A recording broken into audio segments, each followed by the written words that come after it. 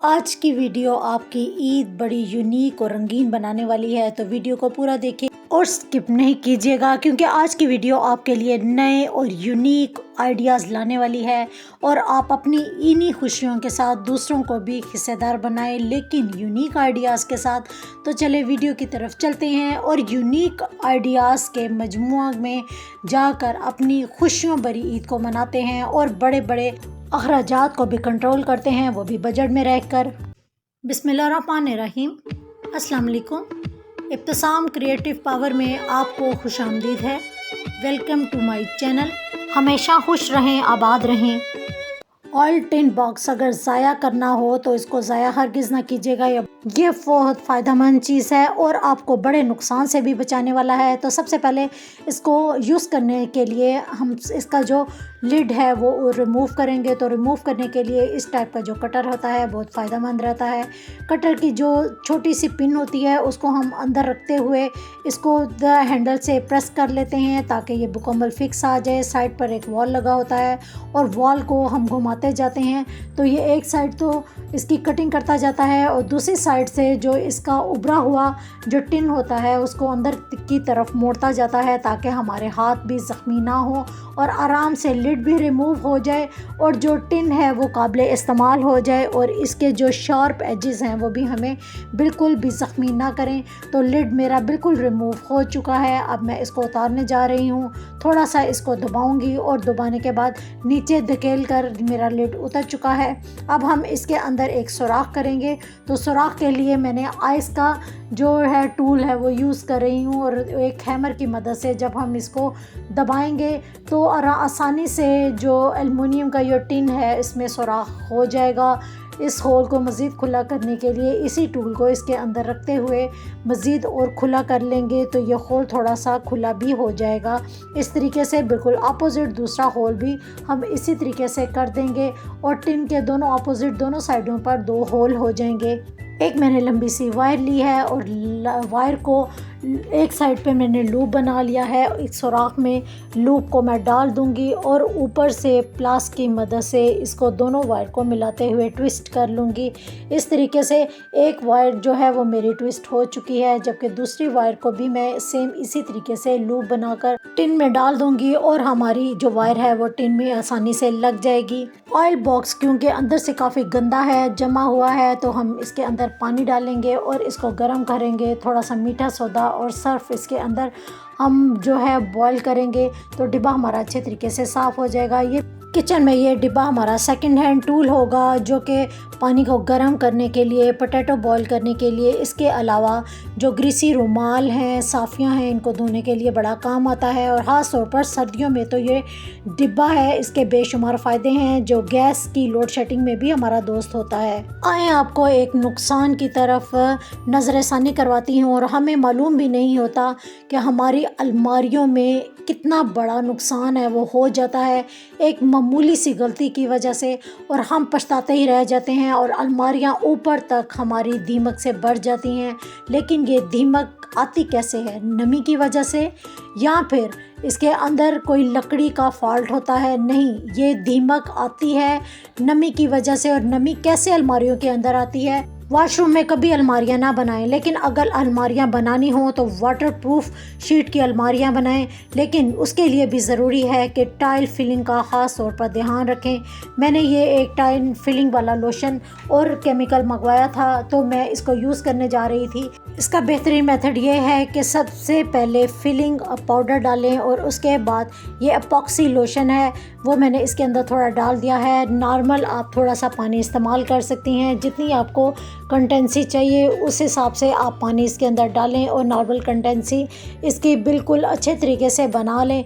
थोड़ा सा स्पैचुला की मदद से ही मिक्स करके मैं इसकी कंटेंसी को चेक कर रही हूँ। तो देखें ये कंटेंसी बिल्कुल अच्छी और बेहतर हो गई है। अब इसको दोनों टाइल्स के ऊपर हम किस तरीके से लगाएंगे, जहाँ जहाँ इसकी दरारें हम मुझे नज़र आ रही थी, सबसे पहले तो नाइफ़ की मदद से मैंने इन दरारों को मज़ीद और जो पहले वाला केमिकल है वो निकाल कर बिल्कुल बिल्कुल क्लीन कर लिया है। वाइपर इसके ऊपर लगा दिया है ताकि जितने भी नमी वगैरह इसके अंदर है वो निकल जाए और जितना कचरा है वो भी साफ़ हो जाए। अब जो है नाइफ़ की मदद से तमाम मेरे जितनी भी लाइनें हैं वो क्लियर हो चुकी हैं और वाटर भी इसका बिल्कुल क्लीन हो चुका है। अब एक एक स्पैचुला से थोड़ी थोड़ी मिकदार में केमिकल लेती जाएं और इसके ऊपर लगाती जाएं और इसी स्पैचुला की मदद से ही इसको साफ़ भी करती जाएं ताकि टाइल्स के ऊपर ये केमिकल चिपके नहीं और आराम से इनकी जो लाइनें हैं इनके अंदर चला जाए। होता ये है कि टाइल्स के ऊपर जब थोड़ी सी भी फिलिंग निकल जाती है तो जब हम पानी नहाने के लिए या फिर फ़र्श धोने के लिए यूज़ करते हैं वो पानी अपनी जगह बना लेता है, तो वॉशरूम में मौजूद जो अलमारियां होती हैं वहाँ पर नमी चल जाना शुरू हो जाती है और जब नमी हो जाती है तो दीमक लगना तो लाजमी बात है। इस तरीके से अलमारियों में दीमक लगना भी शुरू हो जाती है। इसलिए अपनी टाइल फिलिंग का ख़ास तौर पर ध्यान रखा करें ताकि अलमारियां जो है हमारी ख़राब ना हो। इसके अलावा हमारी जो चार दीवारी की जो दीवारें हैं वो भी ख़राब ना हो। तमाम फिलिंग को मैंने कर लिया है। ये फिलिंग वाले काम मैं ख़ुद ही ध्यान से देखती हूँ और करती हूँ ताकि मैं मज़ीद नुकसान से भी बच सकूँ और आपको भी इस नुकसान से बचा सकूँ। इसलिए मैं हर चीज़ जो करती हूँ वो आपके साथ भी शेयर करती हूँ। काम वाले सूट कितने ही पुराने हो जाएं लेकिन वो फॉरएवर ही रहते हैं जब हम अल्ट्रेशन करते रहते हैं, पहनते रहते हैं और नुकसान भी होता है। करंडी का बिल्कुल बारीक कपड़ा जब फट जाए तो उसको हम किस तरीके से साफ़ करेंगे। देखें एम्ब्रॉयडरी इस फटे हुए के साथ साथ ही चल रही है और इसको साफ़ करना काफ़ी मुश्किल काम है क्योंकि ये लाइनिंग वाली करंडी थी। इसको साफ़ तौर पर पैबंदकारी भी नहीं हो सकती थी। तो एक मैंने नीडल ली है, सेम कलर का जो थ्रेड है वो मैंने नीडल में डाल लिया है और सिंगल ही थ्रेड मैंने इसके ऊपर रखा है।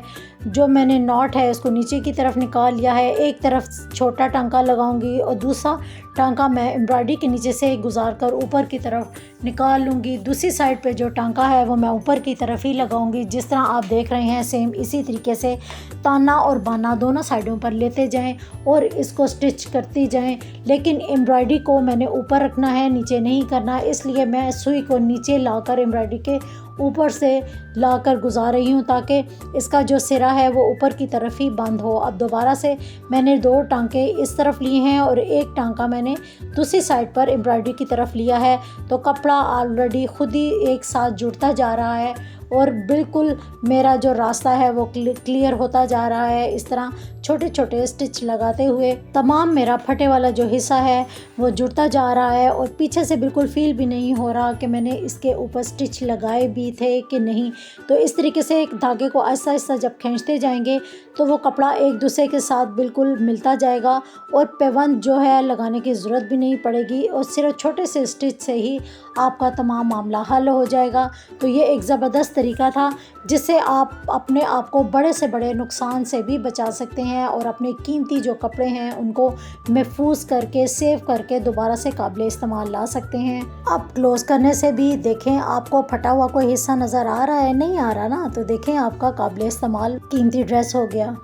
ईद उल फितर की खुशियाँ हम बड़े छोटों को ईद देकर मनाते हैं और बच्चों के चेहरों पर तो खुशी देखकर और भी ज़्यादा खुशी का समा पैदा हो जाता है जब घर में खुशी होती है और बच्चियां चूड़ियां और मेहंदी लेकर घूमती हैं और सारी सारी चांद रात ईद की तैयारियों में ही गुजर जाती है। लेकिन ईद के तकाजे बदल गए हैं।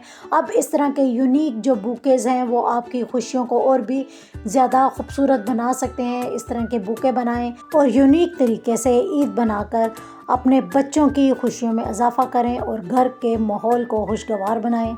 ज्वेलरी लाते हुए हर बच्चे की पसंद नापसंद का ख़ास तौर पर ख्याल रखना चाहिए। लेकिन कभी कभी ऐसा इत्तेफाक हो कि झुमके पसंद ना आए तो झुमकों को नया लुक कैसे देंगे। सबसे पहले तो झुमके जो है उसका नीचे वाला हिस्सा मैंने अलग कर लिया है, ऊपर वाले जो टॉप्स टाइप चीज़ है उनको मैंने अलग कर लिया है। अब हम इसको क्या करने जा रहे हैं, तो टॉप जो है वो मैं एक साइड पे कर देती हूँ और झुमके मैं एक साइड पे कर देती हूँ। इसके लिए मैंने एक स्टील की वायर ली है और इसको प्लास की मदद से एक लूप बना लिया है। वायर थोड़ी सी टाइट होती है, कोशिश करें कि स्टील की जो वायर है वो लेते हुए आप प्लास से ही ज़्यादा काम लें, वरना हाथ पे चुभ जाएगी और टाइट होने की वजह से आपके हाथ में सुराख भी हो सकता है। तो इसलिए इसको अच्छे तरीके से मैंने मोड़ दिया है। मोड़ने के बाद ऊपर वाला जो हिस्सा है वो बिल्कुल इसके साथ मिलने के बाद ट्विस्ट हो चुका है। अब प्लास को इस तरीके से रखें और ऊपर वाले हिस्से को ही नीचे की तरफ दबा दें तो लूप बड़े अच्छे तरीके से एक हुक की शक्ल इख्तियार कर लेगा। अब जितनी आपने इसकी लंबाई रखनी है उतनी रख कर प्लास से बाकी की जो लंबाई है वो रिमूव कर दें। मैंने इसको घुमा लिया है, काफ़ी टाइट है लेकिन फिर भी रिमूव हो गया है।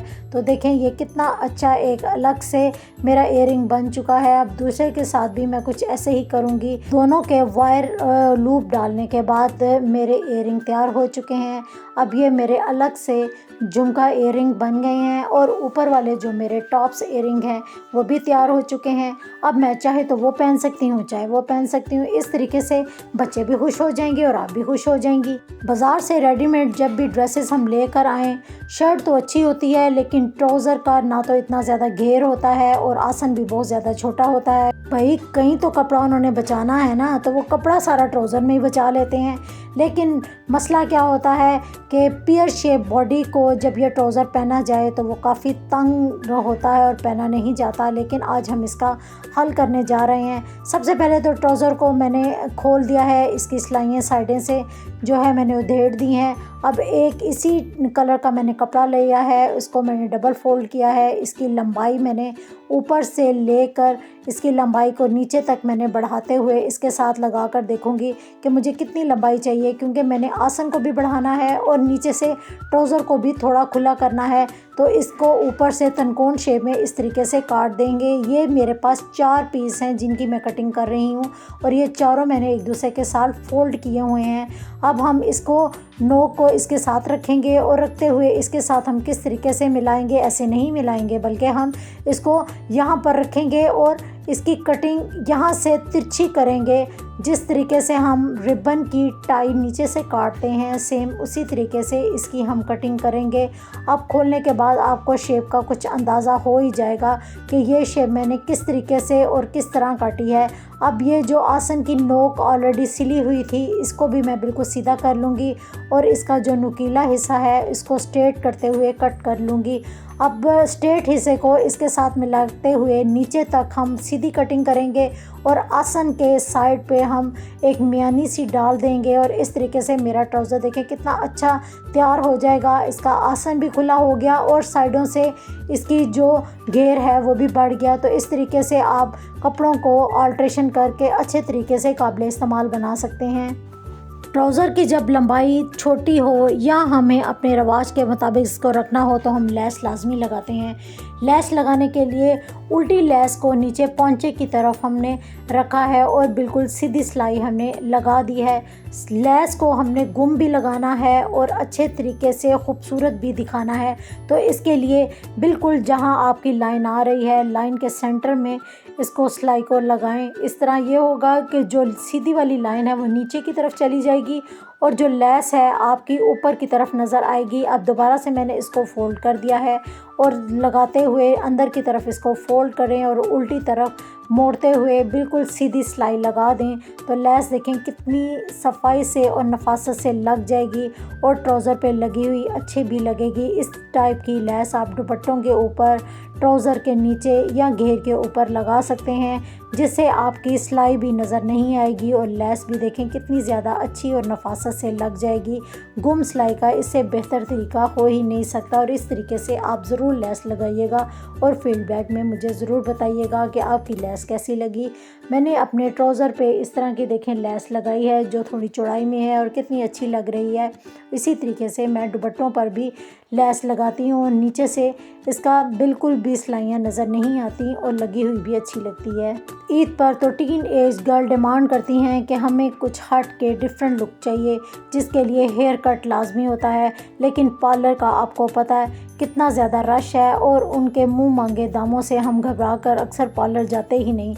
तो घर में बिल्कुल पार्लर जैसी कटिंग करने के लिए बहुत आसान तरीका है कि आजकल ट्रेंडिंग में वुल्फ कट या बटरफ्लाई कट जो आ रही है, आप घर में किस तरीके से प्रोफेशनल तरीके से आप इन कटिंग को कर सकते हैं। तो सबसे पहले जो आपके एयर्स की जितनी भी हदूद है वहाँ से सीधी में लाते हुए दूसरे कान तक इसकी एक मांग निकालें और आगे वाले बालों को आगे की तरफ लगाकर एक पोनी लगा लें और पीछे वाले बालों को भी लाते हुए एक पोनीटेल लगा लें। अब आगे वाली जो पोनीटेल है उसको फ्रंट पर लाते हुए बिल्कुल चेहरे के आगे रखें और बराबर काट लें। इसके बाद इसकी सीज़र की मदद से ही चॉपिंग कर लें। जैसे आप देख रहे हैं, आप दोबारा से दूसरी पोनीटेल को भी आगे लाएं और इसकी इस तरीके से सीधी कट करने के बाद इसकी बीच चॉपिंग कर लें। जैसे आप देख रहे हैं, इस तरीके से आप इसको कट करते जाएं और इसकी जितनी भी अच्छी लेयर्स हैं वो निकलती जाएंगी। अब मुझे आगे वाला पोर्शन मज़ीद और छोटा चाहिए, तो मैंने इसकी आगे वाली जो पोनीटेल है इसको खोल दिया है। अब जो एयरिंग के आगे वाला हिस्सा है इसकी सींग में मांग को लाते हुए दूसरी सीध में मांग को बंद कर दूंगी और दोबारा से इसको पोनीटेल लगाकर इसको चेहरे से नीचे लाऊंगी और इसकी स्टेप की इस तरीके से कटिंग कर दूंगी। देखें, इसके बाल भी अब रिमूव हो चुके हैं। दोबारा से इसकी कटिंग करने के बाद इसकी चॉपिंग कर लें तो देखें कितनी अच्छी लुक आ चुकी है। इसकी फ़ाइनल लुक तो आपको ब्लो ड्राई करने के बाद नज़र आएगी। तो चलें हम फाइनल लुक देखते हैं। कैसी लगी आपको फाइनल लुक? मैं उम्मीद करती हूँ कि मेरी आज की वीडियो ईद के हवाले से आपके लिए बड़ी यूज़फुल होगी और आप इस तरह की छोटी छोटी तैयारियों में अपने घर का बहुत सा बजट भी कंट्रोल कर सकते हैं, अपने बहुत से पैसे भी बचा सकते हैं और बड़े बड़े कामों को छोटा बनाकर अपनी फैमिली की खुशियों में इजाफा कर सकते हैं। दुआ में ज़रूर याद रखिएगा, ईद की खुशियों में मेरे लिए दुआ गो रहिएगा। उम्मीद करती हूँ कि आपकी ईद खुशियों भरी गुजरे। मेरी तरफ से आप सबको एडवांस ईद मुबारक। खुद भी खुश रहिए, दूसरों के भी खुश रखिए और मज़े के पकवान बनाइए और खुशियों भरी ईद गुजारिए। मिलते हैं ईद के बाद एक नई वीडियो के साथ। अल्लाह हाफिज़।